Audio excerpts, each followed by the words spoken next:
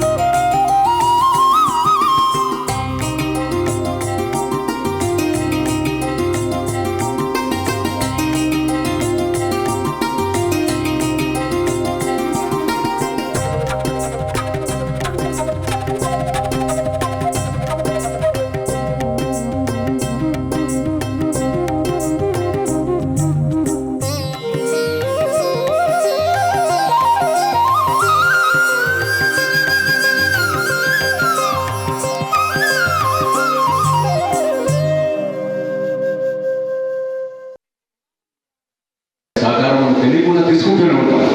ఆ తీసుకున్న సహకారానికి కృతజ్ఞతాభావంగా చేతనైనంత తిరిగి ఇవ్వాలనే ఒక సామాజిక బాధ్యతను గుర్తించి ఈ సమారిటన్స్ ఫర్ ది నేషన్ అనే సంస్థను నెలకొల్పడం జరిగింది. అలాగే ప్రార్థించే పెదవుల కన్నా మనసు కన్నా సహాయం చేసే చేతులు మిన్న అన్న సంకల్పంతో ఈ సమారిటన్స్ ఫర్ ది నేషన్ సంస్థను స్థాపించడం జరిగింది.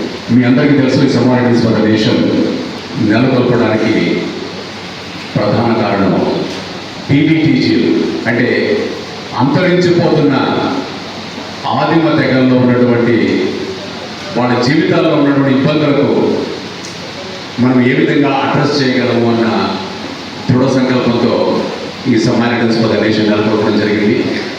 ఆ గిరిజనుల జీవితాల్లో 5 సంవత్సరాల మా ప్రయాణంలో మీ సహకారంతో మేము చేసినటువంటి సేవలు ఎటువంటి ప్రభావం చూపించాయో దానికి సంబంధించిన నివేదిక report, impact report. We started, specifically I started at 1985 and my wife came afterwards in 1988. Since then, when we went there, we had to walk for 40 kilometers on foot. There were no roads, no electricity, no state transport. Everything was not available. No drinking water. The tanker was provided in summer season.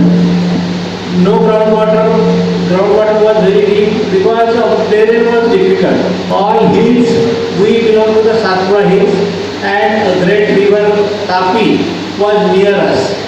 But it was too deep, so it was very difficult for people to get water. As there was no electricity to pump the water. Water was there, but people, they were away from that water.